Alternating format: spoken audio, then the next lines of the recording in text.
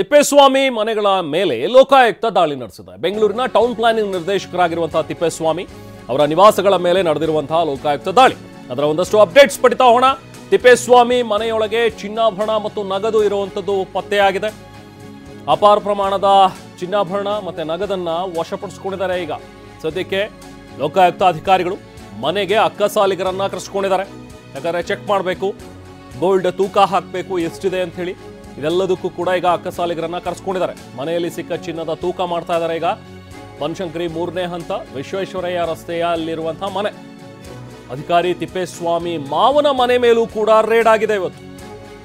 ದಾವಣಗೆರೆಯ 4 ದೊರೆಯಲ್ಲಿರುವಂತಹ ಪತ್ನಿಯವರ ತಂದೆ ಅಂದ್ರೆ ಮಾವ, ಹೆಣ್ಣು ಕೊಟ್ಟ ಮಾವ ತಿಪ್ಪೇಸ್ವಾಮಿಗೆ ಅವರ ನಿವಾಸದ ಮೇಲೂ ಕೂಡ ಇವತ್ತು ದಾಳಿ ನಡೆದಿದೆ. ಅಧಿಕಾರಿ ತಿಪ್ಪೇಸ್ವಾಮಿ ಮಾವನ ಮನೆಯಲ್ಲೂ ಕೂಡ ಶೋಧ ಕಾರ್ಯ ನಡೀತಾ ಇದೆ.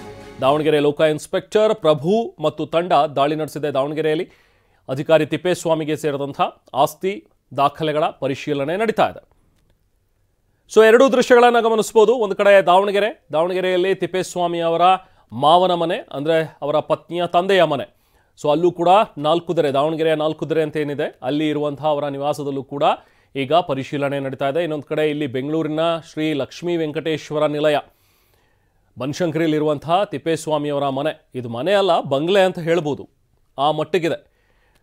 ಸೊ ಈ ಮಟ್ಟಿಗಿರುವಂತಹ ಐಷಾರಾಮಿ ಬಂಗಲೆಯಲ್ಲಿ ತಿಪ್ಪೇಸ್ವಾಮಿ ಇದ್ದಾರೆ ಅಂತ ಹೇಳಿ, ಹಾಗೆ ಆದಾಯಕ್ಕೂ ಮೀರಿ ಆಸ್ತಿ ಗಳಿಕೆ ಮಾಡಿದ್ದಾರೆ, ಭ್ರಷ್ಟಾಚಾರದ ಒಂದು ಆರೋಪ ಇದೆ ಅನ್ನುವಂಥದ್ರ ಮೇಲೆ ಇವತ್ತು ಲೋಕಾಯುಕ್ತ ಅಧಿಕಾರಿಗಳು ದಾಳಿ ನಡೆಸಿದ್ದಾರೆ. ಖಚಿತ ಮಾಹಿತಿಯನ್ನು ಪಡೆದುಕೊಂಡಿರುವಂತಹ ಲೋಕಾಯುಕ್ತ ಅಧಿಕಾರಿಗಳು ಇವತ್ತು ಅಧಿಕಾರಿಗಳಿಗೆ ಸಿಂಹ ಸ್ವಪ್ನರಾಗಿ ಕಾಡ್ತಾ ಇದ್ದಾರೆ. ಬೆಂಗಳೂರು, ದಾವಣಗೆರೆ, ಮಂಡ್ಯ, ಮೈಸೂರು ಎಲ್ಲ ಭಾಗದಲ್ಲೂ ಕೂಡ ಇವತ್ತು ಬೆಳ್ಳಂಬೆಳಗ್ಗೆನೆ ಲೋಕಾಯುಕ್ತ ಅಧಿಕಾರಿಗಳು ದಾಳಿ ನಡೆಸಿದ್ದಾರೆ. ಬನಶಂಕರಿಯಲ್ಲಿರುವಂತಹ ತಿಪ್ಪೇಸ್ವಾಮಿ ಅವರ ನಿವಾಸದ ಬಳಿ ನಾವು ಪ್ರತಿನಿಧಿ ರಾಚಪ್ಪ ಇದ್ದಾರೆ, ಮತ್ತಷ್ಟು ಮಾಹಿತಿಯನ್ನು ಪಡಿತಾ ಹೋಗೋಣ. ರಾಚಪ್ಪ, ಈಗ ದೃಶ್ಯಗಳಲ್ಲಿ ನಾವು ಕೂಡ ಗಮನಿಸ್ತಾ ಇದ್ವಿ, ಬಹುಶಃ ಇದು ತಿಪ್ಪೇಸ್ವಾಮಿ ಅವರ ಮನೆ ಅನ್ನೋದಕ್ಕಿಂತ ಐಷಾರಾಮಿ ಬಂಗ್ಲೆ ಅಂತ ಹೇಳ್ಬೋದು ಅನ್ಸುತ್ತೆ.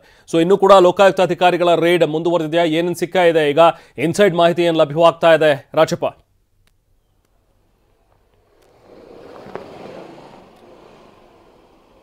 ರಹಮಾನ್, ಅಂದ್ರೆ ಬೆಂಗಳೂರಿನ 2 ಕಡೆ ಲೋಕಾಯುಕ್ತ ಅಧಿಕಾರಿಗಳು ದಾಳಿಯನ್ನ ಮಾಡಿರುವಂತದ್ದು. ಅದರಲ್ಲೂ ಪ್ರಮುಖವಾಗಿ ಹೇಳಬೇಕಂದ್ರೆ ಟೌನ್ ಪ್ಲಾನಿಂಗ್ ನ ನಿರ್ದೇಶಕರಾಗಿರುವಂತಹ ತಿಪ್ಪೇಸ್ವಾಮಿ ಅವರ ಬನಶಂಕರಿ 3ನೇ ಹಂತದಲ್ಲಿರುವಂತಹ ನಿವಾಸ, ಮತ್ತೊಂದು ಕಡೆ ಕನಕಪುರ ರಸ್ತೆಯಲ್ಲಿರುವಂತಹ ಮೋಹನ್ ಅಂದ್ರೆ ಅಬಕಾರಿ SP ಆಗಿರುವಂತಹ ಮೋಹನ್ ಅವರ ನಿವಾಸ. 2 ಮನೆಗಳಲ್ಲೂ ಕೂಡ ಈಗಾಗಲೇ ಸಾಕಷ್ಟು ಪ್ರಮಾಣದ ಚಿನ್ನಾಭರಣಗಳು ಕೂಡ ಲೋಕಾಯುಕ್ತ ಅಧಿಕಾರಿಗಳಿಗೆ ಲಭ್ಯ ಆಗಿದೆ. ಹಾಗಾಗಿ ಮನೆಗೆ ಅಕ್ಕಸಾಲಿಗರನ್ನ ಕೂಡ ಕರೆಸ್ಕೊಂಡಿದ್ದಾರೆ. ಹಾಗೇನೆ ಲೋಕಾಯುಕ್ತ ಅಧಿಕಾರಿಗಳು ತಾವೇ ಹಣವನ್ನ ಕೌಂಟ್ ಮಾಡುವಂತಹ ಮಷೀನ್ ಅನ್ನ ಕೂಡ ಮನೆಯ ಒಳಗಡೆ ತೆಗೆದುಕೊಂಡು ಹೋಗಿರುವಂತದ್ದು. ಅಲ್ಲಿಗೆ ಕನ್ಫರ್ಮ್ ಆಗುತ್ತೆ ಮನೆಯಲ್ಲಿ ಸಾಕಷ್ಟು ಪ್ರಮಾಣದ ಚಿನ್ನಾಭರಣ ಹಾಗೇನೆ ನಗದು ಸಿಕ್ಕಿದೆ ಅನ್ನುವಂತಹ ನಿಟ್ಟಿನಲ್ಲಿ. ಈಗಾಗಲೇ ಸುಮಾರು 4:15 ಗಂಟೆಗೂ ಅಧಿಕ ಒಂದು ಸಮಯ ಆಗಿದೆ.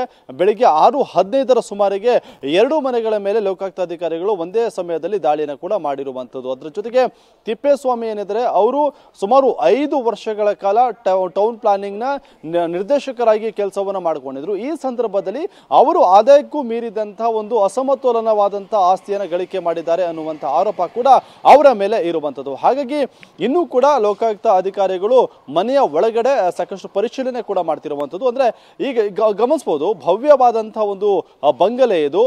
ಈ ಬಂಗಲೆ ಹೊರಗಡೆ ನೋಡೋದಕ್ಕೆ ಎಷ್ಟು ರಿಚ್ ಆಗಿ ಕಾಣಿಸ್ತಾ ಇದೆ.